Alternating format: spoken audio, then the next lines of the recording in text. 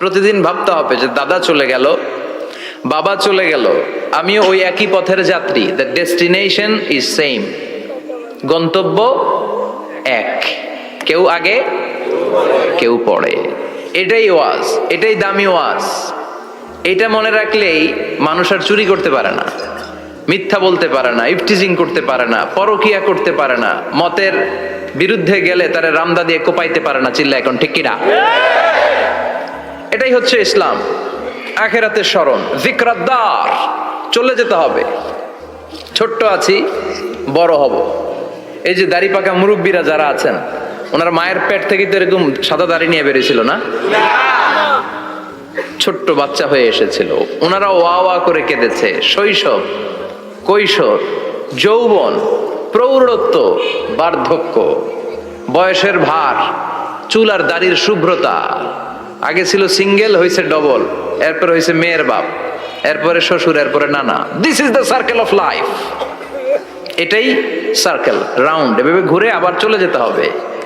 এই চিন্তাটা যদি মাথায় থাকে, ওই লোক টেন্ডারবাজি করতে পারে, চাঁদাবাজি, ইফটিজিং, মিথ্যা বলতে পারে, যৌতুক খেতে পারে। এজন্য সব সময় give yourself the reminder of আখিরাহ। আখিরাতের রিমাইন্ডার নিজেরই নিজে দেন। অন্যায় হয়ে গেলে, ভুল হয়ে গেলে রিমাইন্ডার দেন যে থাকতে আসি নাই, চলে যাব। কেউ থাকতে পারে নাই, নবীরাও পারে নাই। যেই মালাকুল মাউত রুহু কবজ করে, ওই ফেরেশতা থাকতে পারছে? চলে গেছে। আমাদেরকে চলে যেতে হবে। সমাধান চাও যদি জীবনে, মরণে ফিরে যাও, খুঁজে নাও, চোখ রাখো কোরআনে। পড়েন সবাই, সমাধান ফিরে যাও, খুঁজে নাও, চোখ রাখো কোরআনে। If you want the solution this দুনিয়া এন্ড আখিরা, go back, have a look to the holy কোরআনে। ঠিক কিনা? Go back, sit down and have a look to the Quran. বসো, ঠান্ডা মাথায় দেখো কোরআনে কি বলেছে আল্লাহ। বিশ্বনবী সাল্লাল্লাহু আলাইহি ওয়াসাল্লাম মসজিদে নববীতে সালাতের ইমামতি করছেন। আল্লাহু আকবার বলে নামাজ শুরু করলেন। রুকুতে গেলেন, রুকু থেকে দাঁড়িয়ে পড়লেন সামি আল্লাহু লিমান হামিদা। ফিসফিস আওয়াজে পেছনে থাকা সাহাবারা পড়লেন রব্বানা ওয়ালাকাল হামদ। এক সাহাবী অতিরিক্ত বাড়িয়ে পড়লেন হামদান কাসীরান তাইয়িবান মুবারাকান ফীহি। পারেন না সবাই? পড়েন, হামদান কাসীরান তাইয়িবান মুবারাকান ফী। আবার আওয়াজ করে পড়েন, হামদান কাসীরান তাইয়িবান মুবারাকান ফীহি। বিশ্বনবী সালাত শেষ করলেন, সালাম ফিরালেন, মুসল্লিদের দিকে মুখ ফিরিয়ে বললেন সামি আল্লাহু লিমান হামিদা বলে যখন আমি দাঁড়িয়েছি, তোমরা ফিসফিস করে পড়েছো রব্বানা ওয়ালাকাল হামদ। কে যেন পড়েছো হামদান কাসীরান তাইয়িবান মুবারাকান ফী। কে পড়েছো? আমি তো এটা কখনো শিখাই নাই, কোত্থেকে পেলে? কেন পড়েছো? দাঁড়াও। কেউ দাঁড়ায় না, ডানে বায়ে সামনে পেছনে কেউ দাঁড়ায় না, সবাই ভয় পেয়ে গেছে যে কি যেন কি হয়। বিশ্বনবী অভয় দিলেন, বললেন যে আমি কিছু বলবো না, দাঁড়াও। বিশ্বনবী অভয় দেওয়ার পর এক সাহাবী হাত তুলে দাঁড়িয়ে বললেন, ইয়া রাসূলুল্লাহ, আমি পড়েছি। বিশ্বনবী বললেন, কেন পড়েছো? আমি তো এটা শিখাই নাই। সাহাবী বললেন, ইয়া রাসূলুল্লাহ, আল্লাহর প্রশংসা আমার কম কম করলে অন্তর জুড়ায় না, আমার করতে মনে চাই বেশি বেশি। এজন্য আমি নিজ থেকে এটা বানিয়ে বাড়িয়ে মিলিয়ে পড়ে দিয়েছি, হামদান কাসীরান তাইয়িবান মুবারাকান ফী। বিশ্বনবী বললেন, ভয় নাই, চিন্তা নাই, টেনশনের কোনো কারণ নাই, কারণ আমি সালাতে থাকা অবস্থায় দেখেছি তোমার এই অতিরিক্ত চারটা তাসবির সওয়াবটা, চারটা তাসবির সওয়াবটা বিদউ ওয়া সালাসুনা মালাইকা, 30-এরও বেশি ফেরেশতা কে কার আগে এই সওয়াবটা আল্লাহর আরশে পৌঁছে দিবে এ নিয়ে আকাশে প্রতিযোগিতা চলছিল। এজন্য আল্লাহর প্রশংসা বেশি বেশি করার দরকার আছে না নাই? বিশ্বনবী সব সময় আল্লাহর প্রশংসা করতেন আর দোয়া করতেন, আল্লাহ আমি যেন বেশি বেশি আপনার প্রশংসা করতে পারি, আমি যেন আপনার শুকরগুজার বান্দা হতে পারি। আল্লাহুম্মা জাআলনি সাবুরা ওয়া জাআলনি শাকুরা ওয়া জাআলনি ফি আইনি সগীরা ওয়া ফি আয়ুনিন নাসি কাবীরা। এর মানে হচ্ছে, আল্লাহ আপনি আমারে ধৈর্যশীল বানান, আপনি আমাকে শুকরগুজার বানান, আমার চোখে আপনি আমারে ছোট বানান, গোটা বিশ্বের মানুষের চোখে আপনি আমারে বড় বানান। পড়েন আমিন। নিজের চোখে নিজেকে কি করবেন? ছোট। তাহলে মানুষের চোখে বড় বানায় দিবে কে? আর নিজেই যদি বলেন আমি বড়, ফেরাউনের মতো, আনা রব্বুকুমুল আ'লা, আমি তোদের বড় খোদা, আল্লাহ কয় তুই হইলি হুদা, ঠিক কিনা? বড় হইতে পারে নাই। নীল নদের পানিতে সুবাই সুবাই আল্লাহ মারছে, চিল্লায় বলেন ঠিক কিনা? পৃথিবীতে কেউ তো স্থায়ী হয় না, হোক না সে ফেরাউন কিবা নমরুদ, কেউ ভাবে চিরদিন রয় না, কেউ ভাবে চিরকাল রয় না। পৃথিবীতে কেউ তো স্থায়ী হয় না, হোক না সে ফেরাউন কিবা নমরুদ, কেউ ভাবে চিরদিন রয় না, কেউ ভাবে চিরকাল রয় না। চিল্লায় বলেন ঠিক কিনা? চিরকাল কেউ থাকবে না, কারণ আল্লাহ ছাড় দেয়, তিনি ছেড়ে দেন না। মনে রাখবেন, আল্লাহ কি দেয় আর কি দেয় না। ফেরাউনরে কি দিছিল? ছাড় দিছে, ছাইরা দিছে। নমরুদরে কি দিছে? ছাড় দিছে, ছাইরা দিছে। এখনো দেখা যায় আল্লাহ অনেককে ছাড় দেয়, ঢিল দেয়, সুযোগ দেয়, কিন্তু আল্লাহ ছেড়ে দিবেন না। চিৎকার করে বলেন ঠিক কিনা? এজন্য সব সময় প্রশংসা করব কার? খাওয়ার সময় প্রশংসা কার? ঘুমানোর সময়, জিকির করার সময়, ঘুষ খাওয়ার সময়। ঘুষ খাওয়া যাবে? রাশি ওয়াল মুরতাশি কিলাহুমা ফিন্নার। ঘুষ যে দেয়, ঘুষ যে নেয়, উভয়ই জাহান্নামে। আল্লাহ ঘুষ থেকে আমাদেরকে বাঁচাও। বাংলাদেশে ঘুষ আছে না নাই? সরকারি অফিসগুলোতে শুধু নাই, বেশি। আল্লাহ ঘুষ থেকে হেফাজত করো, যৌতুক থেকে হেফাজত করো, পর্নোগ্রাফি থেকে হেফাজত করো, হিন্দি সিনেমা থেকে হেফাজত করো, মারামারি কাটাকাটি থেকে তুমি আমাদেরকে হেফাজত করো। গোটা বাংলার জমিনে ঐক্য প্রতিষ্ঠা করার তৌফিক দাও। মদিনার সমাজ যেন আমাদের দেশে প্রতিষ্ঠিত হয়, আল্লাহ তুমি তৌফিক দাও। চিল্লায় পড়েন আমিন। এজন্য বিপদে আপদে মুমিন সব সময় প্রশংসা করে কার? আল্লাহর প্রশংসা করে শেষ করা যায়? যাবে? ওয়া ইন তাউদ্দু নি'মাতাল্লাহি লা তুহসুহা। আমার নেয়ামত যদি গুনতে শুরু করে দাও, গুনে শেষ করা যাবে না। আর নেয়ামতের প্রশংসা যদি করো, আমি নেয়ামত আরো বাড়িয়ে দেব। আর যদি প্রশংসা না করো, তাহলে জেনে রাখো আমার শাস্তি বড় কড়া। আমি সব সময় ধরি না, ধরলে সারি না। এজন্য সবসময় প্রশংসা করতে হবে কার? বিপদে আপদে, সুখে দুঃখে আল্লাহর প্রশংসা। অভিযোগ কমিয়ে দেন, দেখবেন সুখে থাকবেন। এইটা নাই, ওইটা নাই, এইটা পাই নাই, ওইটা পাই নাই, জীবনে এইটা হই নাই রে, ওইটা পাইলাম না রে, এরকম অভিযোগ করে দেদারছে অনেক। এরকম লোক আছে না নাই? এরা অসুখী, এরা অসফল। সফল ব্যক্তিদের একটা গুণাবলী হচ্ছে এরা কমপ্লেইন করে কম, কমপ্লেইন করে কম, তারা শুকরিয়া করে বেশি। দে আর ভেরি গ্রেটফুল। তারা শুকরিয়া করে বেশি। এটা পাই নাই, ওইটা পাই নাই, এগুলো বলবেন না। কারণ আপনি যেটা পাইয়া খুশি না, অনেকে এইটা পাওয়ার জন্য সংগ্রাম করে যাচ্ছে। আপনি এখন যেই জায়গাটাতে আছেন, এই জায়গাটাতে পৌঁছা অনেকে স্বপ্ন। আপনি এটা পেয়ে খুশি না, কিন্তু আপনার জায়গায় পৌঁছার জন্য অনেকে স্ট্রাগল করে যাচ্ছে, সংগ্রাম করে যাচ্ছে। আপনি যেই পজিশনে আছেন, শুধু এই পজিশনে আসাটাই অনেকের স্বপ্ন। তো শুকরিয়া করবেন না কেন? এজন্য সব সময় আমাদের বেশি বেশি শুকরিয়া করতে হবে কার?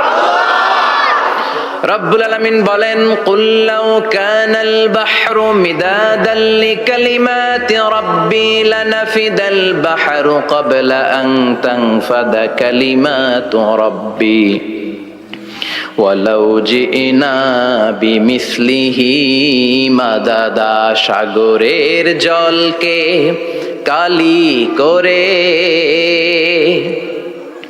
গাছের পাতাকে খাতা করে, তোমার মহিমা লেখা শেষ হবে না, যদিও লিখি প্রভু জীবন ভরে। সাগরের জলকে কালি করে, গাছের পাতাকে খাতা করে, তোমার মহিমা লেখা শেষ হবে না, যদিও লিখি প্রভু জীবন ভরে। সাগরের জলকে কালি করে, চিল্লায় বলেন ঠিক কিনা? সব সাগর মহাসাগরের জল যদি কালি হয়ে যায়, কি উপমা দিলেন আল্লাহ! সব সাগরের পানি যদি কালি হয়ে যায়, সব গাছের পাতাও যদি খাতা হয়ে যায়, আর সাগরের জল নামক কালি দিয়ে গাছের পাতা নামক খাতার উপরে যদি আমি আল্লাহর প্রশংসা তোমরা লিখতে শুরু করে দাও, সাগরের জল শেষ হয়ে যাবে, গাছের সব পাতাগুলো ফুরিয়ে যাবে, আমি আল্লাহর প্রশংসা করে শেষ করা যাবে না। সুবহানাল্লাহ বাড়িতে যায় বলবেন। সাগরের জল, চারটেখানে কথা। কয়টা সাগর দেখছেন আপনি? কয়টা সাগর ঘুরছেন? প্রশান্ত মহাসাগর দেখছেন আপনি?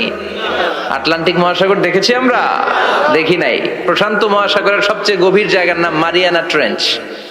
প্রায় 36,000 ফিট ওইটা ডেপথ, গভীরতা। কয় হাজার ফিট গভীর? আপনার বাড়ির যে পুকুর কয় হাত গভীর? হ্যাঁ, 36,000 ফিট। কেন ইমাজিন, কল্পনা করতে পারেন 36,000 ফিট গভীর এটা মারিয়ানা ট্রেঞ্চ, প্রশান্ত মহাসাগর। আর এই পৃথিবীর সবচেয়ে উঁচু যে পাহাড়টা, এটার নাম মাউন্ট এভারেস্ট। এটার উচ্চতা প্রায় অ্যাপ্রক্সিমেটলি রাউন্ড 29,000 ফিট। পাহাড়, পৃথিবীর সবচেয়ে উঁচু পর্বত শৃঙ্গ মাউন্ট এভারেস্ট 29,000 ফিট। আর পৃথিবীর সবচেয়ে গভীর সাগর, প্রশান্ত মহাসাগরের সবচেয়ে গভীর জায়গা মারিয়ানা ট্রেঞ্চ, ওইটা নাকি 36,000 ফিট। তাহলে ওই পাহাড়কে তুলে ধরে এনে প্রশান্ত মহাসাগরের সবচেয়ে গভীর জায়গা মারিয়ানা ট্রেঞ্চের উপর যদি ছেড়ে দেয়া হয়, পুরো পাহাড় ডুবে যাবে। সুবহানাল্লাহ নাই? পুরো পাহাড় ডুবে যাবে, উপরে পানি থেকে যাবে প্রায় 7,000 ফিট। আল্লাহু আকবার। এই পৃথিবীর দ্বিতীয় গভীরতম সাগরের নাম আটলান্টিক মহাসাগর। এই সাগরের সবচেয়ে গভীর জায়গার নাম হচ্ছে পুয়ের্টো। এই পুয়ের্টো গভীরতা প্রায় 33,000 ফিট। কত? আর সবচেয়ে বড় পাহাড় 29,000 ফিট। তো এই সাগরেও যদি বড় পাহাড়টা, পৃথিবীর সবচেয়ে উঁচুতম পর্বত শৃঙ্গকে এনে ছেড়ে দেয়া হয়, পুরো পাহাড় পানিতে তলিয়ে তো যাবেই, এর উপরে আরো পানি থেকে যাবে 4,000 ফিট। সাগর, মহাসাগর, পানি বেশি না কম? জোরে বলেন। কি বিশাল আটলান্টিক মহাসাগর! লম্বায় তো অনেক বড়, আড়াআড়ি ভাবে এটারে ক্রস করে অনেক প্লেন, অনেক বিমান। আগে কনকর্ড ক্রস করতো হিথ্রো এয়ারপোর্ট থেকে জন এফ কেনেডি এয়ারপোর্টে ল্যান্ড করার জন্য। ঘন্টায় 1000 মাইল বেগে ছুটতো এই প্লেনগুলো। তারপরেও আড়াআড়ি ভাবে, লম্বায় না, আড়াআড়ি ভাবে আটলান্টিক মহাসাগরকে ক্রস করতে 3-4 ঘন্টা লেগে যেত। প্লেন যদি ঘন্টায় চলে 1000 মাইল বেগে, আর আটলান্টিক মহাসাগরের পাশ যেটা প্রশস্ত, এটা ক্রস করতে যদি 3 ঘন্টা লাগে, তাহলে পাশে কয় হাজার কিলোমিটার? 3,000 কিলোমিটার। সুবহানাল্লাহ কইবেন না?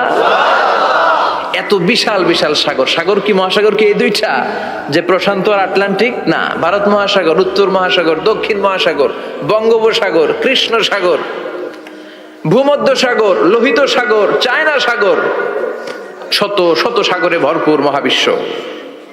এই সব সাগরের পানি যদি কালি হয়ে যায়, কি হয়ে যায়?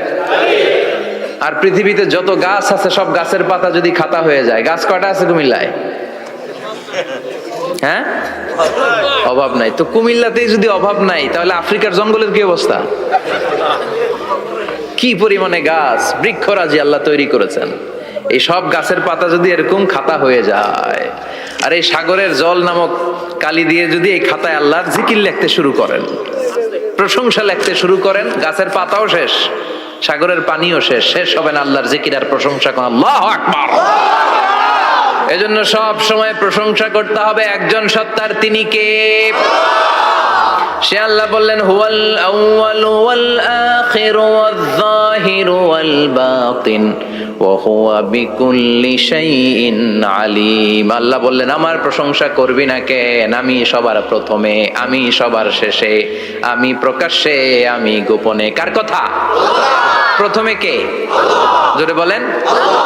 প্রথমে আল্লাহ আল্লাহ, শেষেও আল্লাহ আল্লাহ, আকাশে আল্লাহ আল্লাহ, জমিনে আল্লাহ আল্লাহ। পড়েন পড়েন, প্রথমে আল্লাহ আল্লাহ, শেষেও আল্লাহ আল্লাহ, আকাশে আল্লাহ আল্লাহ, জমিনে আল্লাহ আল্লাহ। আবার পড়েন, প্রথমে শেষেও আকাশে আল্লাহ আল্লাহ, জমিনে আল্লাহ আল্লাহ। নিখিল জাহান গাই গুণগান, তার নামে গাই আমরাও গাহি তাআলা, হামদে বারি তাআলা, হামদে বারি তাআলা, হামদে বারি তাআলা। পড়েন আল্লাহু আকবার। তিনিই প্রথম, তিনিই শেষ, তিনিই প্রকাশ্য, তিনিই গোপন। এজন্য প্রশংসা চলবে একজনের। চিল্লায় বলেন কে? স্বামী হিসেবে, বাবা হিসেবে, নেতা হিসেবে, নবী হিসেবে, সমাজ সংস্কারক হিসেবে, আইন প্রণেতা হিসেবে মুহাম্মদ হচ্ছেন এই পৃথিবীর জন্য সুপারম্যান। তার কোনো তুলনা হয় না। বিশ্বনবীর কোনো তুলনা হয়? Beyondless, boundless, bottomless. তার নিয়ে কথা বলতে গেলে সময় ফুরায় যাবে, মাইকের ব্যাটারি শেষ হয়ে যাবে, মাগার কথা শেষ হবে। এজন্য ওনার জীবনের ক্ষেত্রে বলা হয় বিয়ন্ডলেস, বাউন্ডলেস, বটমলেস। অসাধারণ ব্যক্তিত্ব, সুপার ক্যালিফ্রাজিলিস্টিক এক্সপিয়ালিডোসাস, অসাধারণ, যার কোনো তুলনা হয় না, এক্সেলেন্ট, আনপ্যারালাল। মাদানী জীবনে উনি সশস্ত্র সংগ্রাম করলেন, সংস্কার করলেন সমাজটাকে, সেনাবাহিনী বানালেন। তখন আর নরম নরম ভাবে খেলে নাই, গরম ভাবে খেলেছে। এটা হচ্ছে ইমানের দাবি। মুমিনরা কৌশলী হয়। যখন যে পরিস্থিতি, ওই পরিস্থিতির সাথে তাদের স্ট্র্যাটেজি তারা পাল্টায়। তো বিশ্বনবীর মাদানী ইনিংসে এই সূরা নাজিল হয়নি, হয়েছে মাক্কি ইনিংসে। এই সূরার অনেক ফজিলত, ছোটবেলা থেকেই সূরা ইয়াসিনের অনেক ফজিলতের কথা আমরা শুনেছি না? বিশ্বনবী বলেছেন, ইন্না লিকুল্লি শাইইন কলবান ওয়া কলবুল কোরআনি সূরাতু ইয়াসিন। সব জিনিসের একটা কলব আছে, হৃদয় আছে, অন্তর আছে, আর কোরআনের কলবের নাম হচ্ছে সূরা ইয়াসিন। বিশ্বনবী বললেন, ইন্না লিকুল্লি শাইইন কলবান, সব জিনিসের একটা কলব আছে। ওয়া ইন্না কলবাল কোরআনি সূরাতু ইয়াসিন, আর কোরআনের কলবের নাম হলো সূরাতু ইয়াসিন। মান ক্বারাআ সূরাতা ইয়াসিন মাররা ওয়াহিদা, একবার সূরাতু ইয়াসিন তেলাওয়াত করলে 10 পারা কোরআন খতমের সওয়াব হয়ে যায়। বিশ্বনবী বলতেন, ইন্না ফিল জাসাদি মুদগা, দেহে একটা গোশতের টুকরা আছে। ইযা সালুহাত সালুহাল জাসাদু কুল্লু, এই দেহের গোশতের টুকরা যদি ভালো হয়ে যায়, পুরো দেহটারে ভালো করে দেয় কে? আল্লাহ। এই দেহের গোশতের টুকরাটা যদি পচে যায়, পুরো দেহটারে নষ্ট করে দেয় কে? বিশ্বনবী বললেন, আলা ওয়াহিয়াল কলব, এই টুকরাটার নাম হলো কলব। এজন্য আল্লাহ বললেন, আলা বিযিক্রিল্লাহি তাতমাইন্নুল কুলুব। দুনিয়ার কোন জিনিস দিয়ে কলব ঠান্ডা হয় না, দুনিয়ার কোন জিনিস দিয়ে কলব পরিচ্ছন্ন হয় না। কলব শুধু পরিচ্ছন্ন হয় একটা জিনিস দিয়ে, লা ইলাহা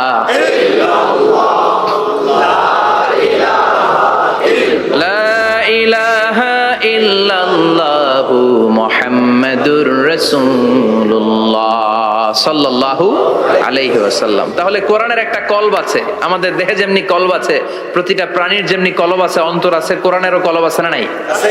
কোরআনের কলবের নাম? চিল্লায় বলেন, কোরআনের কলবের নাম? আবার বিশ্বনবী বলতেন, ইকরাউ আলা মাউতাকুম সূরাত ইয়াসিন, তোমাদের মুমূর্ষু ব্যক্তিদের সামনে বসে সূরাত ইয়াসিন তেলাওয়াত করো। রূহ চলে যাবে, মৃত্যুর একেবারে দ্বার প্রান্তে দাঁড়িয়ে এই মুহূর্তে তার পাশে বসে পড়তে আরম্ভ করেন, ইয়াসিন ওয়াল কুরআনিল হাকীম ইন্নাকা লামিনাল মুরসালিনা আলা সিরাতিম মুস্তাকিম। ওই ব্যক্তির ঈমানের মৃত্যু দান করে দিবে কে? আল্লাহ। মৃত্যুর কষ্ট হালকা করে দিবে কে? আল্লাহ। আবার বিশ্বনবী বলতেন, রাত্রিবেলা যে ব্যক্তি একবার সূরাত ইয়াসিন তেলাওয়াত করে ঘুমাতে যায়, সকালবেলা নিষ্পাপ অবস্থায় তারে ঘুম থেকে জাগাবে কে? আল্লাহ। তাহলে এই সূরার মর্যাদা কম কম না বেশি বেশি? কলবুল কোরআন, এটা কোরআনের কলব, একবার পড়লে 10 পারার সওয়াব। আবার মুমূর্ষু ব্যক্তির সামনে বসে সূরা ইয়াসিন তেলাওয়াত করতে বলা হয়েছে। তাহলে মৃত্যুর কষ্টরে হালকা করে দেয় কে? আল্লাহ। আবার রাত্রিবেলা সূরা ইয়াসিন তেলাওয়াত করলে সকালবেলায় নিষ্পাপ বানায় দেয় কে? মনে থাকবে? কোরআনের কলমের নাম কি? ভুলে যাবেন না তো? বেশি বেশি তেলাওয়াত করতে রাজি আছেন? সকাল সন্ধ্যা তেলাওয়াত করবেন তো? সূরা ইয়াসিন ছাড়াও এই সূরার অনেকগুলো নাম তাফসীর গ্রন্থে পাওয়া যায়। এই সূরার একটা নাম হচ্ছে সূরাতুল কাদিয়া। সূরাতুল তাকদি হাজাতা কারিহা। যে এই সূরা তেলাওয়াত করে ওই তেলাওয়াতকারীর যে হাজত আছে, প্রয়োজন আছে, এই সূরার বরকতে আল্লাহ তার প্রয়োজন পূরণ করে দেয়। আমাদের জীবনে প্রয়োজন আছে না নাই? কার কাছে চাইবো? বিপদে পড়লে কারে বলবো? আমরা বিপদে পড়লে প্রথমে শেয়ার দেই ফেসবুকে। কোথায় শেয়ার? আগে শেয়ার দিব কার কাছে? মনে থাকবে? বিপদে পড়লে ফেসবুকে শেয়ার দিব না, বন্ধুরে শেয়ার করব না, বউয়ের কাছেও পরে শেয়ার করব, আগে শেয়ার করব কার কাছে? মনে থাকবে? এজন্য বিশ্বনবী বলতেন এই সূরার নাম সূরাতুল কাদিয়া, মানুষের হাজত পূরণ করে দেয়। এই সূরা তেলাওয়াত করে যদি আপনি আল্লাহর কাছে কোনো বিপদ থেকে পানা চান অথবা কোনো প্রয়োজন নিয়ে দোয়া করেন, সূরার বরকতে প্রয়োজনটা পূর্ণ করে দেয় কে? কেউ যেটা পারে না পারে কে? কেউ যেটা দেয় না দেয় কে? কেউ যেটা শোনে না শোনে কে? তাহলে পেলাম সূরাতুল কাদিয়া। আরেকটা নাম আছে সূরার, সেটা হচ্ছে সূরাতুল আযীমা, সুমহান সূরা। কি সূরা? সুমহান, আযীমা। এই আযীম আর আযীমা এই শব্দ দুইটা অনেক দামি, আল্লাহ যে কোনো জায়গায় ব্যবহার করেন নাই। বিশ্বনবীর চরিত্রের উপমা দিতে যে আল্লাহ আযীম শব্দ বলেছেন, তাই না? রব্বুল আলামিন বলেন ওয়া ইন্নাকা লাআলা খুলুকিন আযীম। ও নবী, সাধারণ কোন চরিত্র আপনারে আমি দেই নাই, আপনারে আমি দিয়েছি আযীম একটা চরিত্র, খুলুকুন আযীম। And verily indeed you are on a very good standard of character. অসাধারণ চরিত্র দিয়েছে। বিশ্বনবীর চরিত্র বুঝাতে যে আল্লাহ কি শব্দ ব্যবহার করেছেন? কথা বলে না, তাফসীর শিখে যেতে হবে। কোন শব্দ ব্যবহার করেছেন? আযীম। আবার আল্লাহ নিজের পরিচয় দিতে যে আযীম বলেছেন, ওয়ালা ইয়াউদুহু হিফযুহুমা ওয়া হুয়াল আলিয়্যুল আযীম। সুবহানাল্লাহ। আকাশ জমিনের নিয়ন্ত্রণ করতে যে আল্লাহ কখনো ক্লান্ত হয় নাকি? কারণ তিনি হচ্ছেন আল আলিয়্যুল আযীম। আল্লাহু আকবার। তার মানে নবীর চরিত্রের ক্ষেত্রে আযীম, আল্লাহর নিজের সত্তার ক্ষেত্রে আল্লাহ বললেন আযীম। আবার বললেন কিয়ামতের দিন গোটা পৃথিবীটারে আমি নাড়িয়ে দেব, গোটা পৃথিবীতে একটা আমি ভূমিকম্প দিব। এই কথাও কোরআনে আছে না নাই? ইযা জুলজিলাতিল আরদু জিলজালাহা আল কারিয়াতু মাল কারিয়া। পুরো পৃথিবী কাঁপিয়ে দিব। এই কাঁপাকাঁপিটা ওই দিনের ভূমিকম্পটা কি অন্যান্য সময়ের ভূমিকম্পের মতো হবে? এই ভূমিকম্পকে আল্লাহ বলেছেন আযীম। ইন্না জালজালাতাস সাআতি লা শাইউন আযীম। সেদিনের ভূমিকম্প সাধারণ কোনো আর্থকোয়েক নয়, সাধারণ ভাইব্রেশন না, এটা আযীম। আবার আল্লাহ কোরআনকেও আযীম বলেছেন, ওয়ালাকাদ আতাইনাকা সাবআম মিনাল মাসানি ওয়াল কুরআনাল আযীম। ও নবী, আমি আপনার নিত্য পাঠনীয় সপ্তবাক্য সূরাতুল ফাতিহা দিয়েছি, সাথে সাথে কোরআনে আযীম দান করেছি। সুবহানাল্লাহ। তার মানে কোরআনের ক্ষেত্রে আযীম, কিয়ামতের ভূমিকম্প এটা আযীম, আল্লাহ নিজেও আযীম, বিশ্বনবীর চরিত্র আযীম। আবার এই সূরাটাও যেহেতু দামি, এজন্য এই সূরার নাম সূরাতুল আযীমা, সূরাতুল আযীমা, সুমহান সূরা। এটা যেন তেন সূরা নয়, এটা তো কোরআনের কলব। কলব ছাড়া মানুষ বাঁচে? হার্ট ফাউন্ডেশনে যেয়ে দেখবেন মানুষের কি অবস্থা। হৃদরোগ, হৃদয় যার নষ্ট, তার যে কত কষ্ট। এই যে কি পরানো লাগে এখন? রিং পরায়, এনজিওগ্রাম, এনজিওপ্লাস্টি করে আর্টারি ব্লক করে ফেলে। চর্বি, এত চর্বি আমরা খাই, এত গরুর গোশত আমরা খাই। মনে রাখবেন, যেই প্রাণীর পা বেশি ওইটার ভিতরে কোলেস্টেরল বেশি। মাছের কয় পা? হ্যাঁ, নাই, এখানে নাই, মাছের পাটা নাই, কোলেস্টেরল নাই। মুরগির কয় পা? জোরে বলতে হবে। তার মানে কিছু কোলেস্টেরল আছে না নাই? গরুর কয় পা? কোলেস্টেরল বেশি না কম? এইবার কোন চিংড়ির কয় পা? সবচেয়ে বেশি কোলেস্টেরল কন্টেইন করে শ্রিম্প, প্রন, চিংড়ি। এজন্য এগুলো কম খাইতে হবে। তবে 40-এর আগে যারা আছেন ধুমায়া খান, 40-এর পরে এই যে মাটন, ল্যাম্প, ছাগলের গোশ, খাসির গোশ, চিংড়ি, এগুলো আপনার ডায়েট থেকে বাদ দিয়ে দিতে হবে। বুঝতে পেরেছেন? এজন্য এই সূরাটা যেন তেন সূরা নয়, এটা তো কোরআনের কলিজা, হার্ট, হৃদয়। এজন্য সূরাটা সূরাতুল আযীমা। সুবহানাল্লাহ পড়েন। তার মানে 1 নম্বরে পেলাম সূরাতুল কাদিয়াহ, 2 নম্বরে পেলাম সূরাতুল আযীমা, 3 নম্বরে সূরার আরেক নাম হলো সূরাতুল মুইম্মা। সূরাতুল মুইম্মা। মুইম্মার 2 অর্থ। এক অর্থ হচ্ছে এটার বরকতটা আম, সবার জন্য, যেই পড়ে সেই বরকত পায়, এজন্য মুইম্মা। আবার মুইম্মার আরেক অর্থ হচ্ছে যেই সূরা শত্রুকে অন্ধ করে দেয়। কি করে দেয়? এই সূরার প্রথম 9টা আয়াত যদি বিপদে পড়ে, শত্রুর কবলে পড়ে আপনি তেলাওয়াত করেন, শত্রুর চোখটারে অন্ধ করে দিবে কে? আল্লাহ। বিশ্বনবী মক্কা থেকে যখন মদিনায় যায়, হিজরতের সময় বিশ্বনবী সূরাত ইয়াসিনের প্রথম 9টা আয়াত তেলাওয়াত করলেন। তেলাওয়াত করে আল্লাহর নাম নিয়ে ঘর থেকে বের হলেন। আশেপাশে কাফেররা ঘুরে কিন্তু বিশ্বনবীরে দেখে না, সবাই খেলে এরকম এরকম করে, ডানে বায়ে হাতায়, বিশ্বনবী সামনে দিয়ে যায়, কিন্তু কাফেরদের চোখ অন্ধ করে দিয়েছে কে? আল্লাহ। এজন্য কোরআন তেলাওয়াত করলে কাফেরদের চোখকে অন্ধ বানায় দেয় কে? আল্লাহ। এজন্য সূরার একটা নাম হচ্ছে সূরাতুল মুইম্মা। কি নাম? অন্ধ করে দেয়। তাফসিরে কুরতুবির মুসান্নিফ ইমাম আল কুরতুবি, উনাকে জালিম বাদশা বন্দী করেছিল। ওনার তাফসিরে এসেছে উনি শক্তিশালী লোক ছিলেন, জেলখানা ভেঙে বাঁচার জন্য দিয়েছে দৌড়। উনারেও ধরার জন্য জালিম বাদশার সৈনিকেরা ঘোড়া নিয়ে রওনা হয়েছে, উনিও দৌড়ায়, ঘোড়াও পেছন থেকে আসে। ওমিয়া মানুষ কি ঘোড়ার দৌড়ের সাথে পারে? উনি হাঁটতে হাঁটতে হয়রান হয়ে এক বালুর ময়দানে যে ধপাস করে পড়েছেন। ওরাও ঘোড়া দিয়ে এসে নেমেছে, কিন্তু আজীব তামাশা, উনি বালুতে ধপাস করে পড়েই সূরাত ইয়াসিনের প্রথম 9 আয়াত তেলাওয়াত করতে শুরু করেছেন। ওরা নিচে নেমে ডানে বায়ে সামনে পিছনে খালি খুঁজে, কিন্তু দেখে না, সামনেই কিন্তু বসা। ওদের চোখটার অন্ধ করে দিছে কে? আল্লাহ। বিশ্বাস হয়? ঈমান হয়? এজন্য বিপদে পড়লে সূরাত ইয়াসিনের প্রথম 9 আয়াত পড়তে রাজি আছেন? আল্লাহ তুমি তৌফিক দাও। আরো জোরে পড়েন আমিন। এজন্য আল্লাহ চমৎকার ভাবে এই সূরাটা শুরু করে দিলেন। 2টা কাটা অক্ষর দিয়ে আল্লাহ বললেন ইয়াসিন ওয়াল কুরআনিল হাকীম ইন্নাকা লামিনাল মুরসালিন আলা সিরাতিম মুস্তাকিম। পড়েন সুবহানাল্লাহ। ইয়াসিন সূরাটা শুরু করলেন কি দিয়ে? ইয়াসিন। এটা কি কোনো বাক্য? এটা কি কোনো শব্দ? এটা কি অক্ষর? 2টা। প্রথম অক্ষরের নাম, দ্বিতীয়টা আওয়াজ করে বলেন, প্রথম অক্ষরটার নাম, দ্বিতীয়টা। খুব চমৎকার না?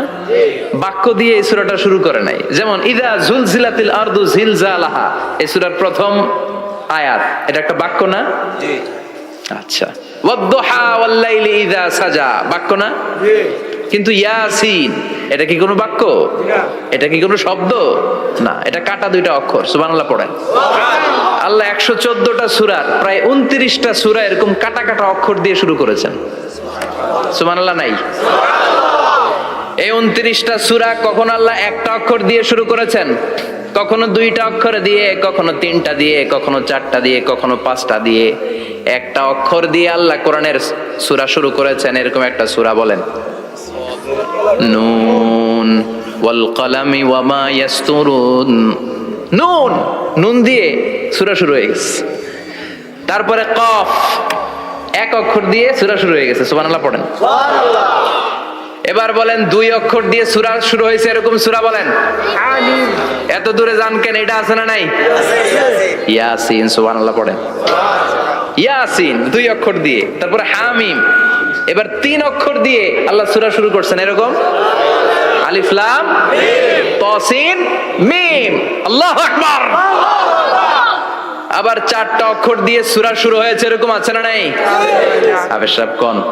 আলিফ লাম মিম রা, আলিফ লাম মিম সাদ আছে না নাই?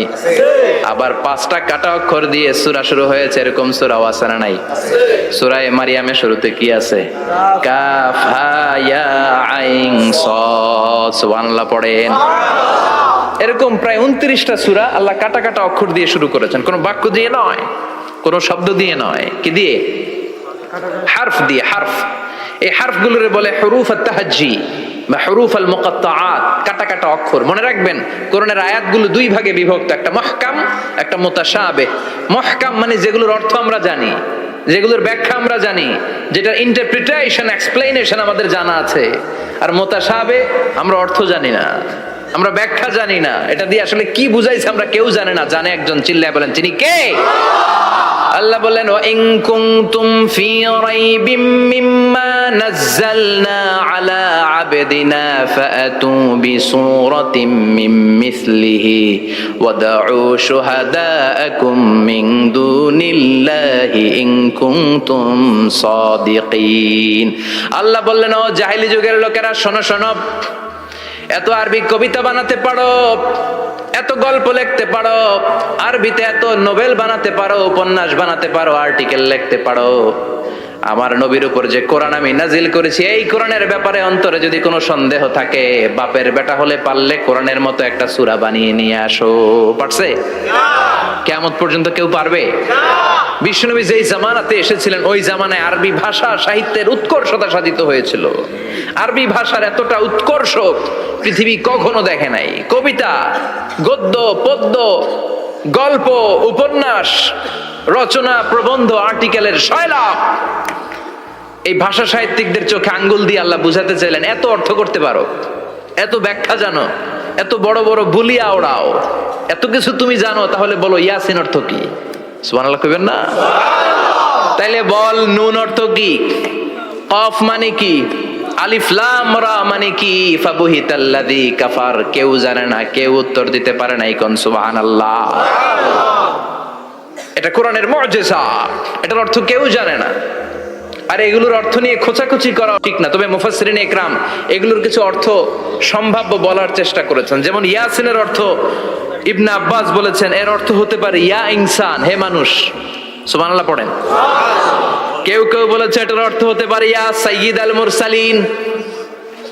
কেউ কেউ বলেছেন ইয়াসিন হতে পারে ইসমুল্লাহ, আল্লাহর নাম। কেউ বলেছেন এটা হতে পারে ইসমুন লিন নবী, বিশ্ব নবীর নাম। আবার কেউ কেউ বলেছেন ইয়াসিন হতে পারে এই কোরআনে কারিমের একটা নাম। কোন সুবহানাল্লাহ।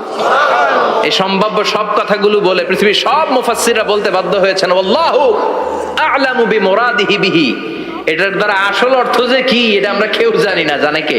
আল্লাহ। চিৎকার করে বলতে হবে, জানে কে? তাহলে ইয়াসিন মানে আমরা জানি না। ইয়াসিনের অর্থ আমরা ছেড়ে দেব কার উপর? এরপর আল্লাহ বললেন ওয়াল কোরআনিল হাকিম, প্রজ্ঞাময় বিজ্ঞানময় কোরআনের শপথ। ওয়াল কোরআনিল হাকিম, বিজ্ঞানময় প্রজ্ঞাময় কোরআনের শপথ বা কসম। ওয়াল কোরআনিল হাকিমে যে ওয়া, এই ওয়াটারে আরবিতে বলে ওয়া আল কাসামিয়া। কি বলে? ওয়া আল কাসামিয়া, কসম কাটার জন্য আল্লাহ এই ওয়া ব্যবহার করেছেন। যত জায়গায় কোরআনে আল্লাহ কসম কেটেছেন ওই কসমের শব্দটার আগে ওয়া আছে না নাই? আছে। ও মিয়া, কোরআনে আল্লাহ সময়ের শপথ করেছেন, কসম কেটেছেন, যুগের কসম কেটেছেন। যুগের সময়ের আরবি হলো আল আসর। এই আসরের আগে ওয়া আছে না নাই? কি বলছে আল্লাহ? ওয়াল আসর, ওয়াল। আবার তিন ফলের কসম আল্লাহ কোরআনে কেটেছেন। কি বলেছেন? ওয়াত্তিন মানে তিনের কসম। জাইতুনের কসম কেটেছেন, বলেছেন ওয়াজ জাইতুন। তুর পাহাড়ের কসম কেটেছেন, বলেছেন ওয়া তুর সিনিন। যত জায়গায় কসম তত জায়গায় ওয়াও আছে না নাই? পাহাড়ের নামে কসম কেটেছেন, আল্লাহ বলেছেন ওয়া তুর। সূর্যের নামে কসম কেটেছেন, আল্লাহ বলেছেন ওয়াশ শামসি ওয়া দুহাহা। সুবহানাল্লাহ কইবেন না? ফজরের নামে কসম কেটেছেন, কি বলেছেন? ওয়াল ফাজর। জিলহজ মাসের প্রথম 10 রাতের কসম কেটেছেন, কি বলেছেন? ওয়া লায়ালিন আশর। জোর আর বেজরের কসম কেটেছেন, আল্লাহ বলেছেন ওয়াশ-শাফঈ ওয়াল ওয়াতর। সূরা ইয়াসিনে কাটা কাটা দুইটা অক্ষরের পরে রব্বুল আলামিন কোরআনের কসম কেটেছেন। এজন্য আল্লাহ বলেছেন ইয়াসিন ওয়াল কোরআনিল হাকিম। ইয়াসিন ওয়াল কোরআনিল হাকিম, প্রজ্ঞাময় বিজ্ঞানময় কোরআনের শপথ। কোরআনের মধ্যে বিজ্ঞান আছে না নাই? বেশি না কম? বিশ্বাস হয় না? নাস্তিকদের কথা বিশ্বাস হয়? নাস্তিকরা বলে কোরআনের মধ্যে বিজ্ঞান নাই, কোরআনের মধ্যে সায়েন্স নাই, কোরআনের ভেতরে টেকনোলজি নাই। কিন্তু কোরআন বলে এমন কিছু নাই, মানুষের প্রয়োজনীয় এমন কিছু নাই যেটা আমার ভিতরে নাই। আল্লাহু আকবার। আল্লাহ বললেন মা ফাররাতনা ফিল কিতাবি মিন শাই, কিতাবের মধ্যে আমি কিছু বাদ রেখে দেই নাই। ইতিহাসের কথা বলেছি, পাতালপুরীর কথা বলেছি, ঊর্ধ্ব জগতের কথা বলেছি, মহাকাশের কথা বলেছি, cosmology, astrology, geology, zoology, botany, human anatomy, embryology, সব কিছুর কথা কোরআনের মধ্যে দিয়েছে কে? কোরআনের ভেতরে মানুষের কথা আছে না নাই? কোরআনের মধ্যে গাভীর কথা আছে না নাই? গাভীর কথাও আছে। কই আছে? হ্যাঁ, সূরাতুল গাভীর সূরা। সুবহানাল্লাহ কইবেন না? মানুষের কথা আছে সূরাতুল ইনসান, জিনদের কথা আছে সূরাতুল জিন, মাকড়সার কথা আছে সূরাতুল আনকাবুত, মৌমাছির কথা আছে সূরাতুন নাহাল।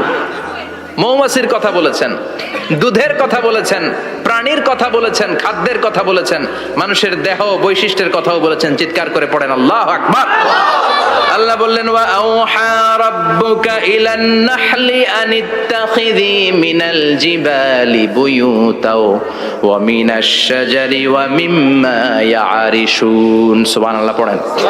ওয়া আওহা রাব্বুকা ইলান নাহল, আল্লাহ মৌমাছির কাছে সিক্রেট মেসেজ পাঠিয়েছেন। সুবহানাল্লাহ পড়েন। ওয়ালা তাবলা গারাইবহু, কোরআন কোনদিন কারো কাছে পুরাতন মনে হয় না। ফিহি মাসাবিহুল হুদা, কোরআনের মধ্যে আছে হেদায়েতের মশাল। ওয়া মানারুল হিকমা, কোরআন হলো বিজ্ঞানের সুউচ্চ মিনার।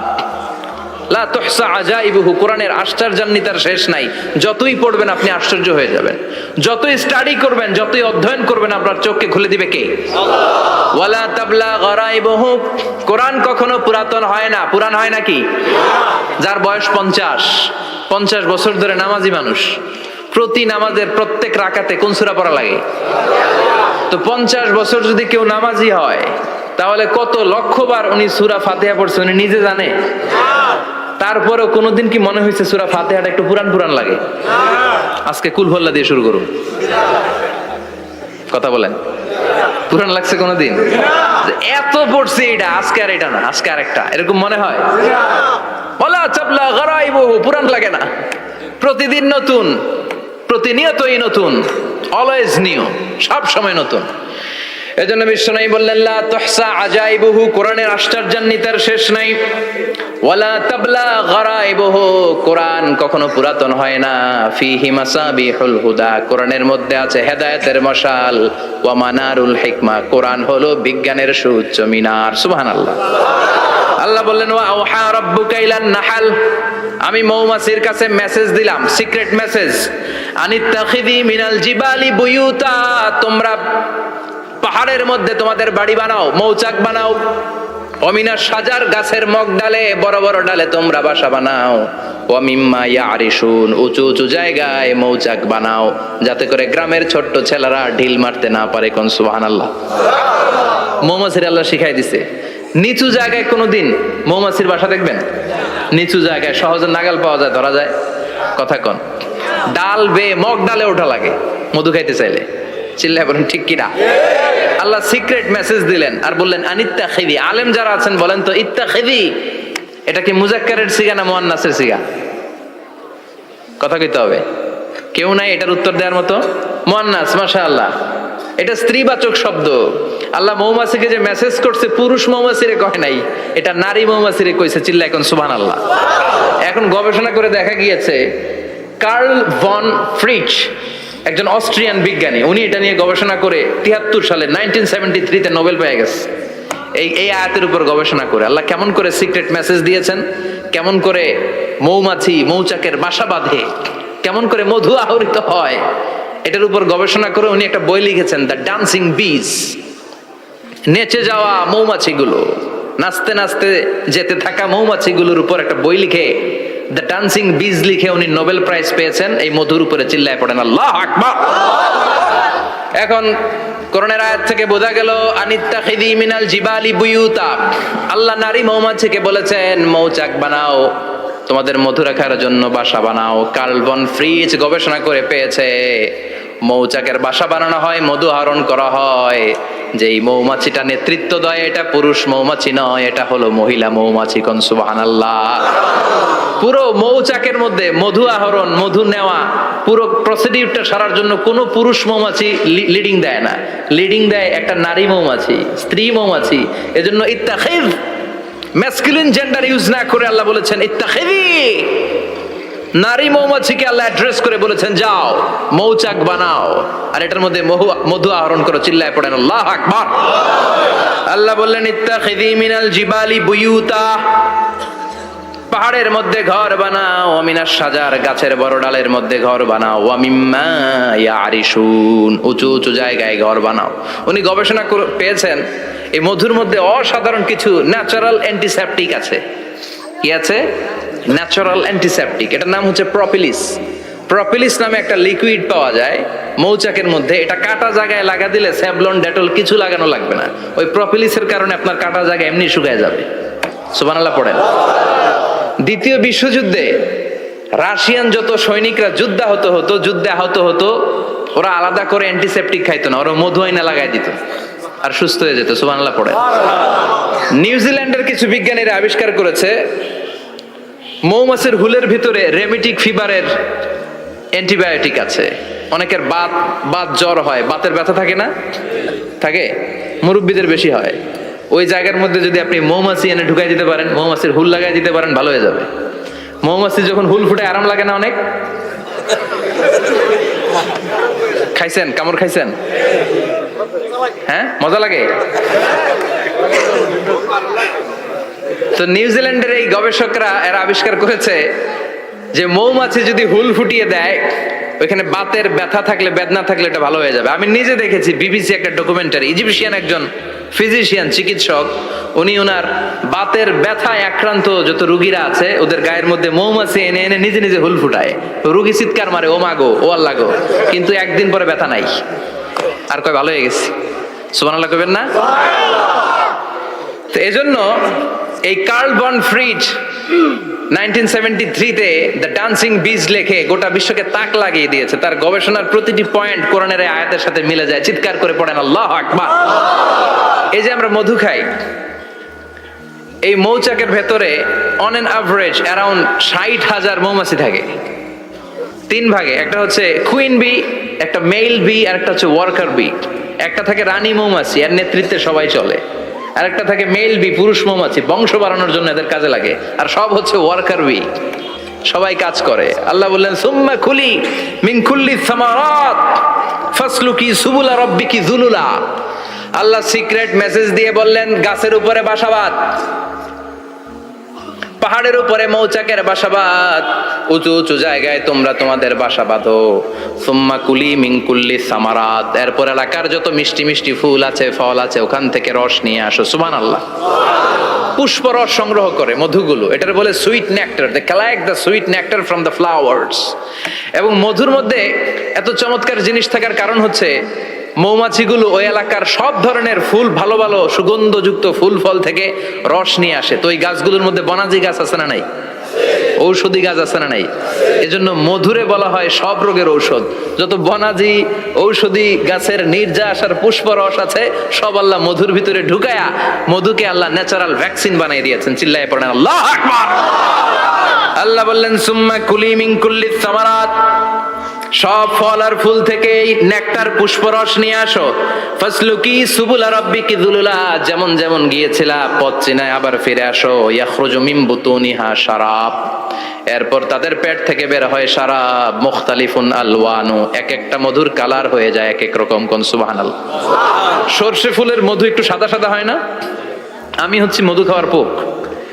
আমি দেশে বিদেশে যেখানে গিয়েছি ফ্রেশ হানি আমি অনেক খুঁজেছি। ইয়ামানি একটা মধু পাওয়া যায়, ইয়ামানের সাওয়াহিলি এলাকায়, পাহাড়ি এলাকায়, একেবারে কুচকুচে কালো। আবার অনেক মধু আছে কিছুটা খয়েরি এবং হলুদ বর্ণের। কিন্তু সরষে ফুলের যে মধুটা, এটা অনেকটা সাদা। এই পুষ্পরস নিয়ে মৌমাছিগুলো মৌচাকের মধ্যে ঢেলে দেয় না, এগুলো খেয়ে ফেলে। প্রত্যেকটা মৌমাছির পেটের ভেতরে আল্লাহ 2টা করে স্টোমাক দিয়েছে, পাকস্থলী। সুবহানাল্লাহ পড়ে। এটাই Karl von Frisch the dancing bees বইয়ের মধ্যে লিখেছে গবেষণায়, যে 2টা পাকস্থলী। একটা পাকস্থলী দিয়ে মৌমাছি খায়, নিজে খেয়ে বাঁচে, আরেকটা পাকস্থলী দিয়ে এই ফ্লাওয়ার নেক্টার, পুষ্প রস সংগ্রহ করে ওই পাকস্থলীতে রাখে। ওই পাকস্থলীর ভেতরে আল্লাহ একটা ন্যাচারাল এনজাইম দিয়েছেন, ওই এনজাইমের সাথে ওই পুষ্প রসটা মিক্সড হয়, তারপরে আরেকটা টিউব আছে, ওই টিউব দিয়ে মৌমাছি যে সে বাসার মধ্যে মৌমাছি যে সেখানে সাপ্লাই করে দিয়ে আসে, মধু ঢুকিয়ে দিয়ে আসে। চিল্লায় পড়েন সুবহানাল্লাহ। তার মানে বিষয়টা এমন না ফুলের রস নিয়ে মৌচাকের দিয়ে আসলো, ফুলের রস সে নেয়, তার স্পেশাল একটা স্টোমাকের মধ্যে ঢুকায়, সেখানে এনজাইম দিয়ে পাচক রস দিয়ে আল্লাহ এটাকে সমৃদ্ধ করে দেয়, তারপর আলাদা একটা নল দিয়ে টিউব দিয়ে মৌচাকের ভেতরে ঢুকিয়ে দেয়। কোন সুবহানাল্লাহ। কি অসাধারণ পদ্ধতিতে আল্লাহ মধু বানালেন, আর কি সুন্দর মধু হাতের মধ্যে লয়া জিব্বা দিয়া চাটে আর গান গায়, মধু হই হই বিষাবাইলা। আছে না নাই? আল্লাহ শুকরিয়া নাই? মধু খায় আর গান গায়, মধু হই হই বিষাবাইলা, অনহারণে ভালোবাসার দাম নদিলা। আছে না নাই? ডাকাই তাই মধু খেয়ে শুকরিয়া করতে হবে কার? বসো, চিৎকার করে বলেন শুকরিয়া করতে হবে কার? আল্লাহ বললেন ইয়াখরুজু মিন বুতুনিহা, এটা মধু সরাসরি চলে আসে না, ওর পেট থেকে বের হয়। মুখতালিফুন আলওয়ানুহু, বিভিন্ন রঙের মধু আছে না নাই? ব্ল্যাক কালারের মধু হয়, হোয়াইট হানি হয়, অর্গানিক হানি হয়, ক্রিমড হানি হয়, কত ধরনের মধু যে আল্লাহ পৃথিবীতে রেখেছে তার ইয়ত্তা নাই। এরপর আল্লাহ বললেন ফিহি শিফাউন লিন্নাস, মধুর ভিতরে শিফা দিয়েছে কে?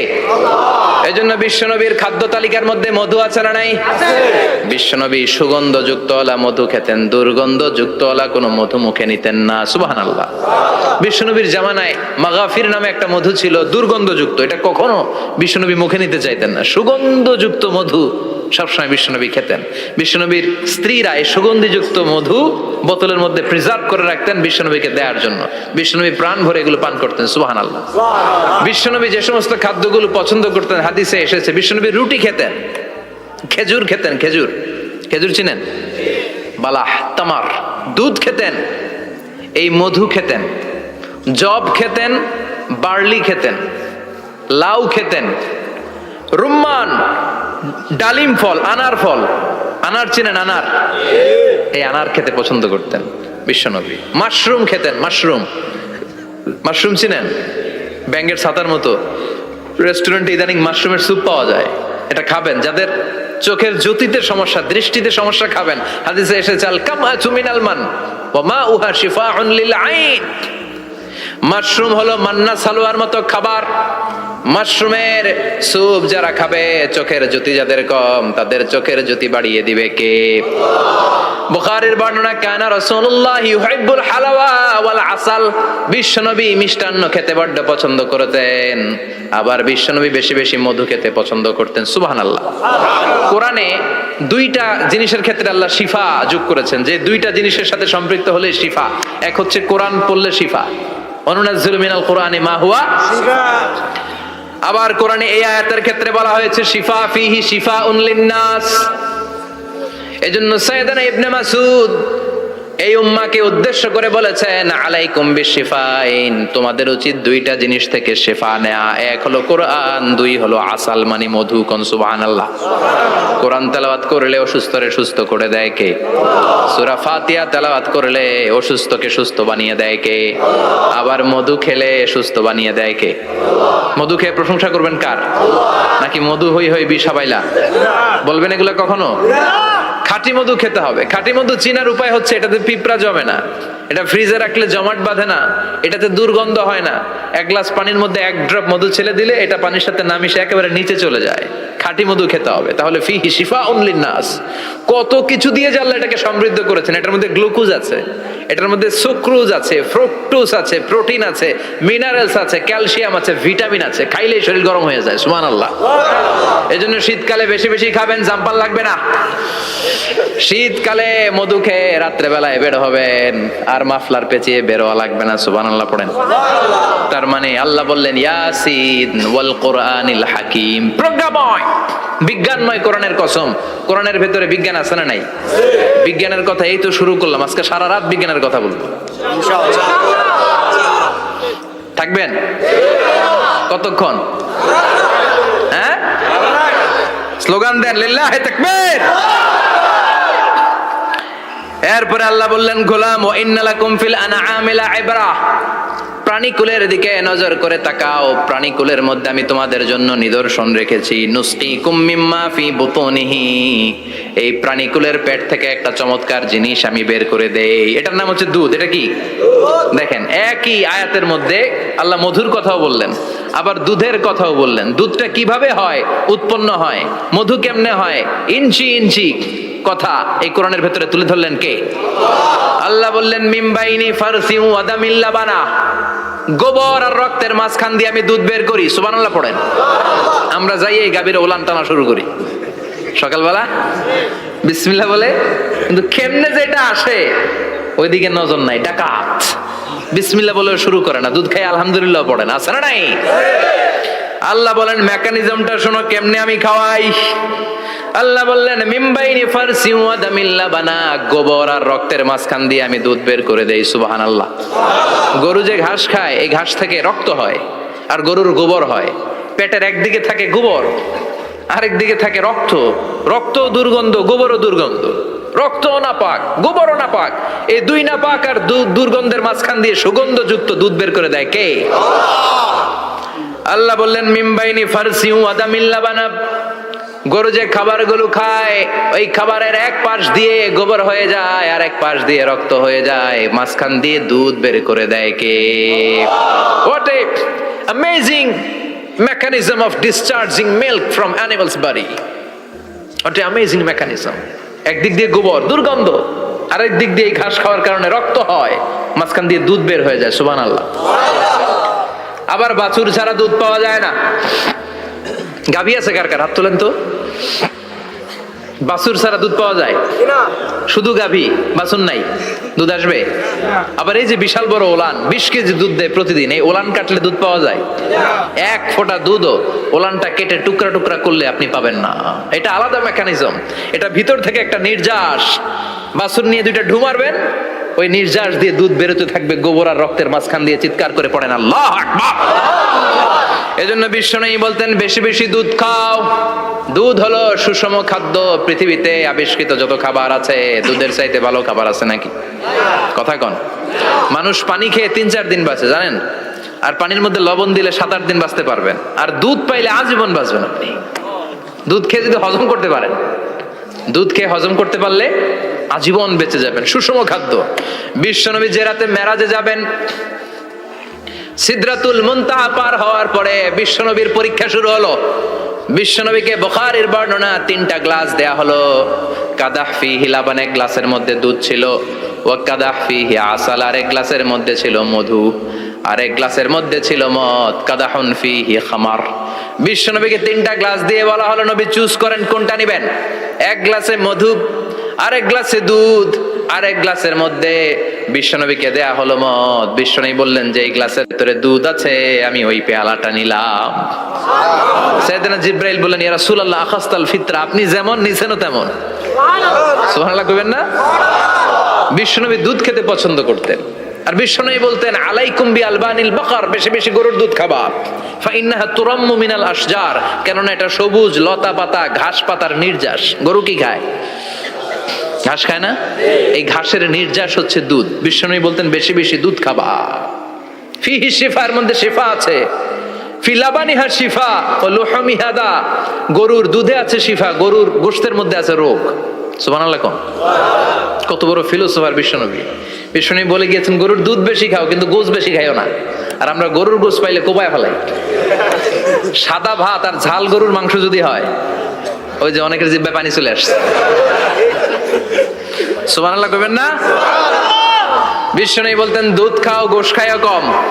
গরুর গোশত কম খাবা, গরুর দুধ বেশি খাবা। সুস্থ রাখবে কে?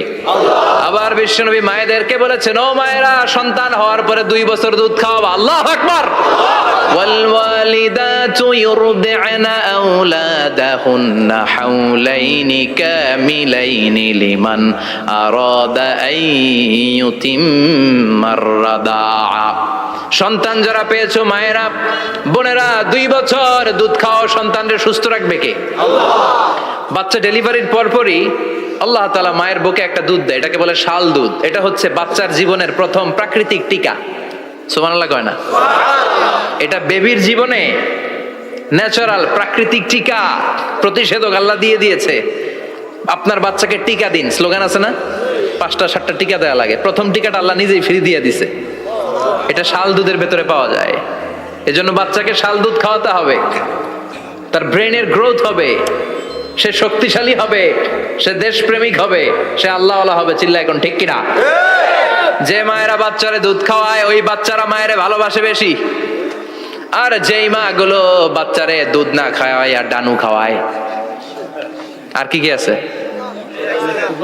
হরলিক্স আর সিরালেক, কমপ্লেন, যারা এগুলো খাওয়াবে ডানু খাওয়াবে, যারা ল্যাকটোজেন খাওয়ায়, যারা বুকের দুধ খাওয়াতে চায় না কোনো কারণ ছাড়া, 2 বছর বাচ্চারে দুধ দিতে চায় না, এই বাচ্চাগুলো বড় হলে ওই মারে বৃদ্ধাশ্রমে দিয়ে আসবে।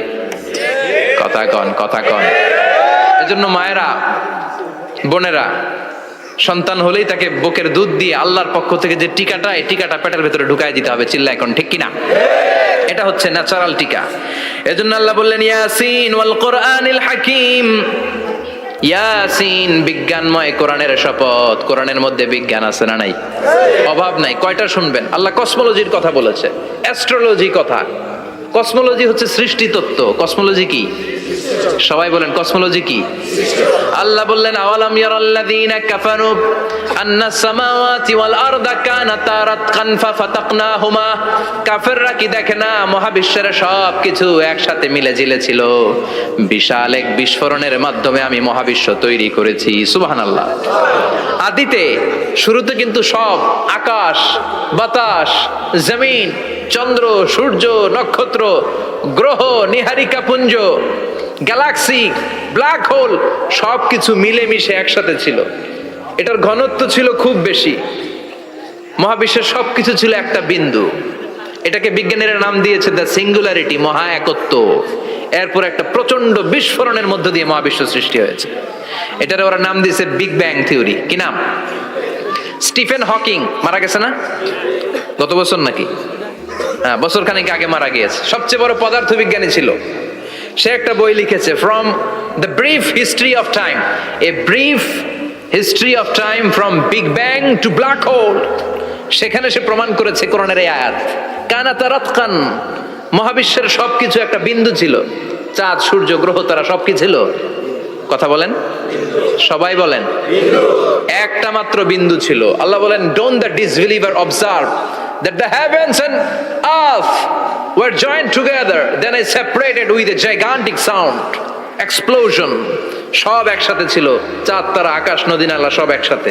তারপরে একটা বিকট বিস্ফোরণের মধ্য দিয়ে পৃথিবী হয়েছে, এ চাঁদ হয়েছে, চন্দ্র হয়েছে, সূর্য হয়েছে, মহাবিশ্বের সবকিছু এই মহাবিস্ফোরণের মধ্য দিয়ে হয়েছে। চিৎকার করে পড়েন আল্লাহু আকবার। এই যে ছোট্ট পৃথিবীতে আমরা বসে আছি, এই পৃথিবীর চেয়ে সূর্য 13 লক্ষ গুণ বড়। চিল্লায় পড়েন আল্লাহু আকবার। এটা কি বাড়ির কাছের কথা? 13 লক্ষ গুণ বড়, কল্পনা করা যায়? তার মানে কি সূর্যই সবচেয়ে বড়? না, সূর্যের চেয়ে অনেক বড় বড় তারা আছে। ব্যাটেলজিউস নামে একটা তারা আছে মহাকাশে, যেটা যে সূর্য পৃথিবীর চেয়ে 13 লক্ষ গুণ বড়। এই ব্যাটেলজিউস তারা সূর্যের চেয়ে 33 কোটি গুণ বড়। এই ব্যাটেলজিউস তারাটাই কি সবচেয়ে বড়? না, এর চেয়েও কত বড় তারা যে আছে কোনো হিসাব নাই। এরকম বিশাল বিশাল তারা ঘুরতে ঘুরতে মাওয়াকিউন নুজুম, ব্ল্যাক হোল নামে একটা রেঞ্জ আছে। এই রেঞ্জের মধ্যে যদি ঢুকে যায়, ছোট্ট বাচ্চার মুখে চকলেট দিলে বাচ্চা যেমনি চকলেট চুষে খেয়ে ফেলে, এই বিশাল বিশাল তারাগুলো ব্ল্যাক হোলের মধ্যে ঢুকলে এক মুহূর্তের মধ্যে নিঃশেষ হয়ে যায়। চিল্লায় পড়েন আল্লাহু আকবার। এজন্য আল্লাহ বললেন, ফালা উকসিমু বিমাওয়াকিউন নুজুম, এই তারকা নিঃশেষ হওয়ার যে জায়গাটা, এই জায়গার কসম আমি কোরআনের মধ্যে খেলাম।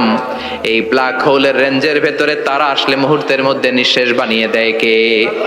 একটা তারার চেয়ে আরেকটা তারা বড়। এরকম হাজার কোটি তারা মিলে আমাদের গ্যালাক্সি। এই গ্যালাক্সির নাম হচ্ছে মিল্কি ওয়ে। কি নাম? আমাদের গ্যালাক্সির নাম কি? সবাই বলেন তো। Milky way. কি নাম?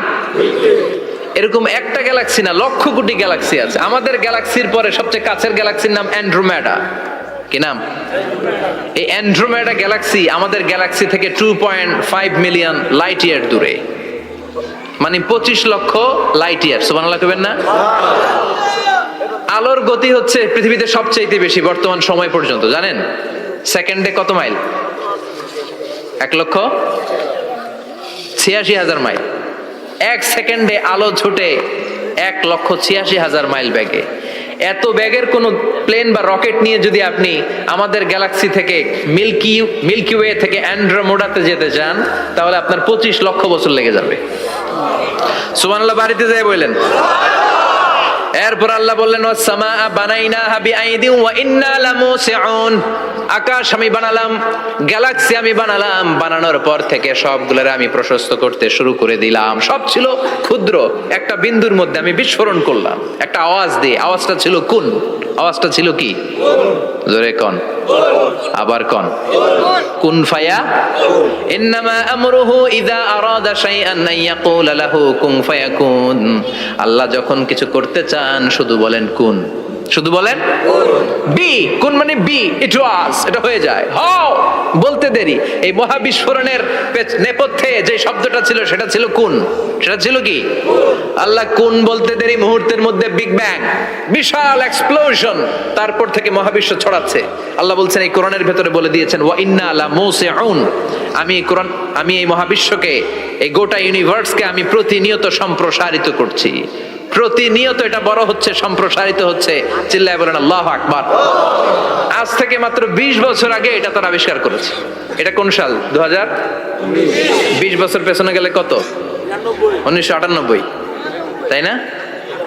এই 1998 সালে তারা আবিষ্কার করেছে সুপারনোভা কসমোলজি প্রজেক্ট। এই সুপারনোভা কসমোলজি প্রজেক্টে তারা এই সিদ্ধান্তে এসেছে যে মহাবিশ্ব কোন নামক এক বিস্ফোরণের পর থেকে যে সম্প্রসারিত হচ্ছে, আজ পর্যন্ত এটা শুধু বাড়ছে আর বাড়ছে, অ্যাক্সেলারেটিং হচ্ছে, এক্সপান্ডিং হচ্ছে, এটা কমছে না। কিয়ামত পর্যন্ত এটা বাড়তেই থাকবে। চিৎকার করে পড়েন আল্লাহু আকবার। এজন্য আল্লাহ বললেন ইয়াসিন ওয়াল কোরআনিল হাকিম। বিজ্ঞানময়, প্রজ্ঞাময় কোরআনের শপথ। এই কোরআনের ভেতরে আমি কসমোলজির কথা বলেছি, অ্যাস্ট্রোলজির কথা বলেছি, জিওলজির কথা বলেছি, ফিজিক্সের কথাও বলেছি। সুবহানাল্লাহ। ফিজিক্স মানে কি? পদার্থ। পদার্থের সবচেয়ে বড় উপাদান হচ্ছে লোহা। লোহার কথা কিন্তু কোরআনে নাই। আছে? কই আছে? হ্যাঁ, সূরাতুল হাদিদ, লোহার নামে একটা সূরা দিয়েছে আল্লাহ কোরআনে। সুবহানাল্লাহ পড়বেন না? সূরার নাম সূরাতুল হাদিদ। সূরার নাম কি? চিল্লায় বলেন সূরার নাম সূরাতুল হাদিদ। হাদিদ মানে লোহা। আল্লাহ বললেন ওয়া আনজালনাল হাদিদা ফীহি বা'সুন শাদীদ।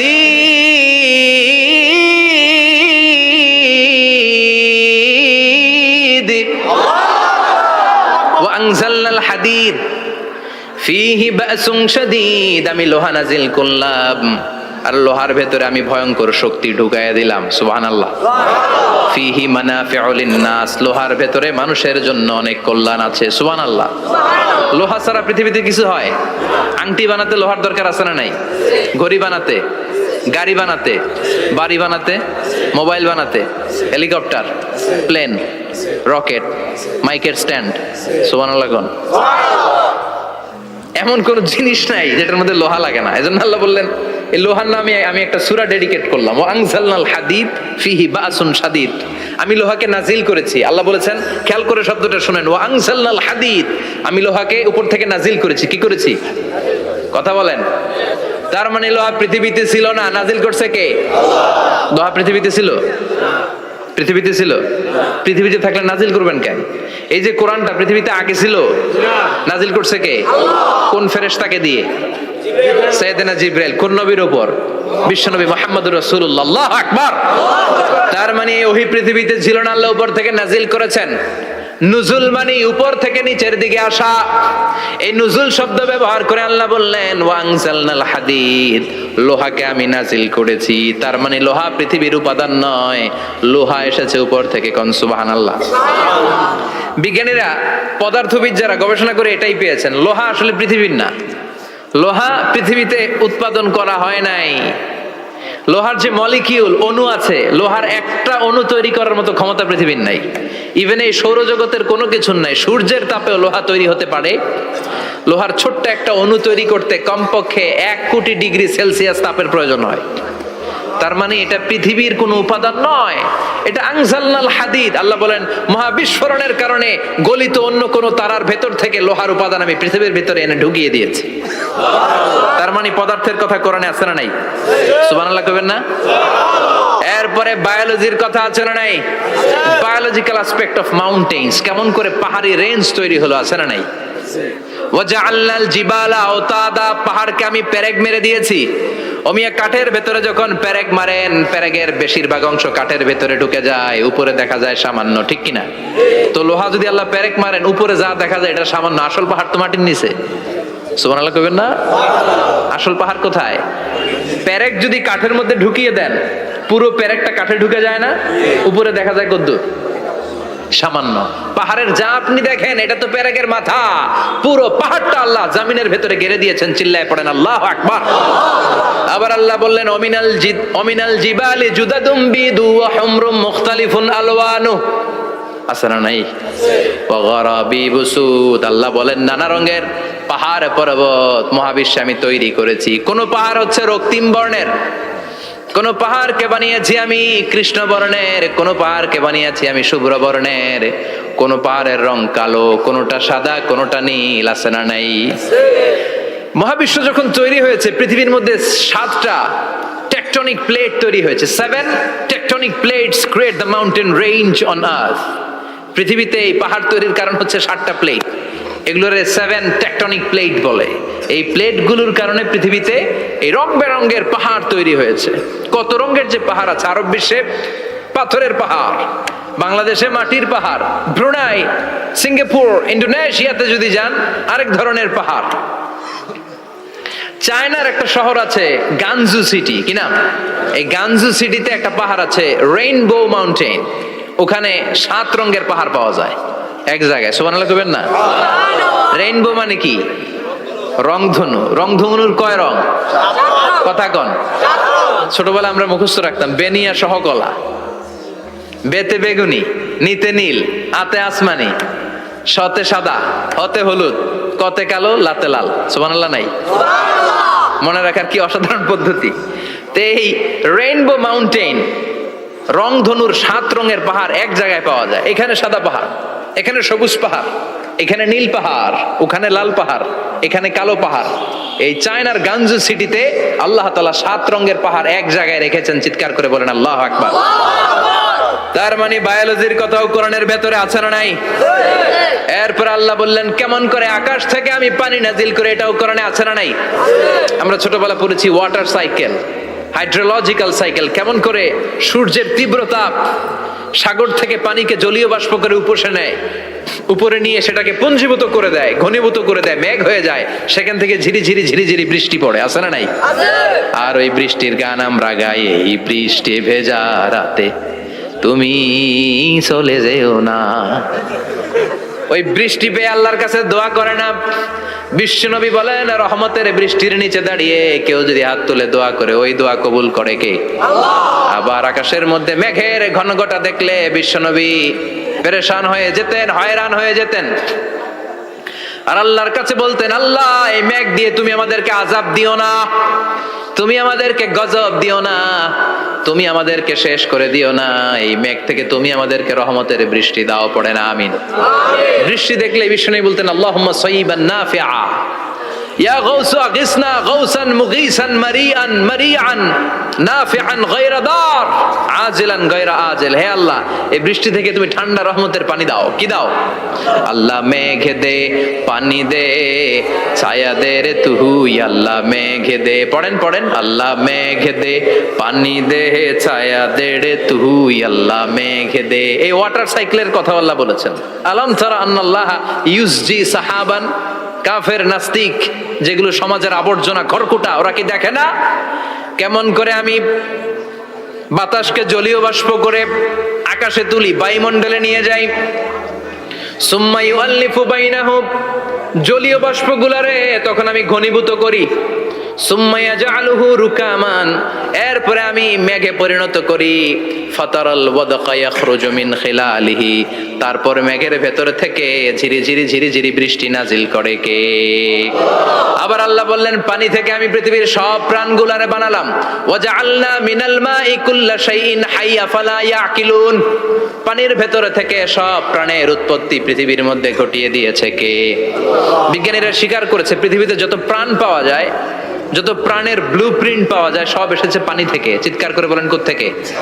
পানি নাই তো প্রাণ নাই, পানিও আছে প্রাণও আছে। কোন সুবহানাল্লাহ। বিজ্ঞানীদের ধারণা, তারা ধারণা করে বলেছে পৃথিবীর প্রথম প্রাণের নাম হচ্ছে অ্যামিবা। কি নাম? ওরা বলেছে এটা এককোষী জীব। It's a very small unicellular organism found ever in the world. পৃথিবীতে পাওয়া প্রথম এককোষী প্রাণীর নাম হচ্ছে অ্যামিবা। এটা এসেছে শৈবালের মতো, এরপরে জুপ্লাংটন, ফাইটোপ্লাংটন, ব্যাকটেরিও প্লাংটন, একটার পর একটা স্পিসিজ প্রজাতি পৃথিবীতে ডেভেলপ করেছে। কোন সুবহানাল্লাহ। এই পানির কথা কোরআনের ভেতরে বলে দিল কে? এজন্য আল্লাহ বললেন ওয়াল কোরআনিল হাকিম, বিজ্ঞানময় কোরআনের শপথ। এই কোরআনটা বিজ্ঞানের ঠাসা, এই কোরআন আশ্চর্যের শেষ নাই, এই কোরআন কোনোদিন পুরাতন হয় না। এই কোরআনের ভেতরে আল্লাহ দিয়েছেন হেদায়েতের মশাল, আর কোরআনটাকে বানিয়েছেন বিজ্ঞানের সুউচ্চ মিনার। জোরে কোন সুবহানাল্লাহ। তার মানে কোরআনে আমরা কি পেলাম? দুধের কথা পেলাম, মধুর কথা পেলাম, কিভাবে ডায়েট করবেন সেটা আমরা পেলাম, আমরা কসমোলজি পেলাম, অ্যাস্ট্রোলজি পেলাম, বায়োলজি পেলাম, ফিজিক্স পেলাম, ওয়াটার সাইকেল পেলাম। এবার পাতালপুরীর কথার দরকার আছে না নাই? পৃথিবীর একেবারে গভীরতম গভীরে কি আছে? এটা কিন্তু কোরআনে নাই, আছে। পৃথিবীর মাঝখানে যে উত্তপ্ত লাভা আর আগুন, এটা আপনারা জানেন? পৃথিবীর উপর দিয়ে আমরা ঠান্ডা পৃথিবীতে ঘুরে বেড়াই, কিন্তু এর ভিতরে কিন্তু আগুন, লাভা।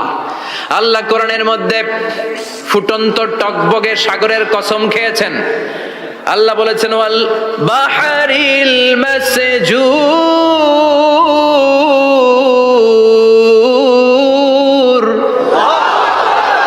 আমি কোরআনের ভেতরে ফুটন্ত টকবগে সাগরের পানির কসম খেলাম। পড়েন সুবহানাল্লাহ। সাগরের পানির ফুটন্ত টকবগে সাগরের পানির কসম। সাগরের পানি আবার ফুটন্ত হয় কি করে? পানি কি হয়? ঠান্ডা। পানি কি? কথা বলেন। আল্লাহ পৃথিবীর ভেতরকার কথা চিন্তা করে বলেছেন ওয়াল বাহরিল মাসজুর।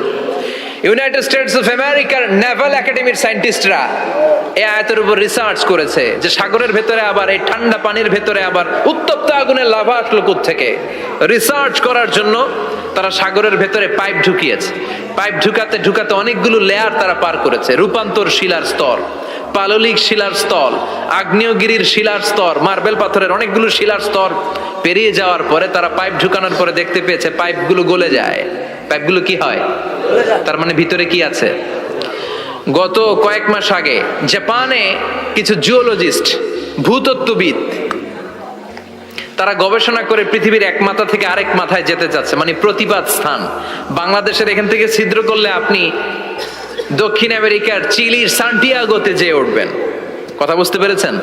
তার মানে বাংলাদেশের প্রতিপাদ স্থান হচ্ছে দক্ষিণ সাউথ আমেরিকার চিলির সান্টিয়াগো। আবার ইন্ডিয়া থেকে ছিদ্র করতে করতে পৃথিবীর আরেক মাথা দিয়ে উঠবেন। সুবহানাল্লাহ বলেন। এটা তারা শুরু করেছে কিন্তু এখনো সফল হয় নাই।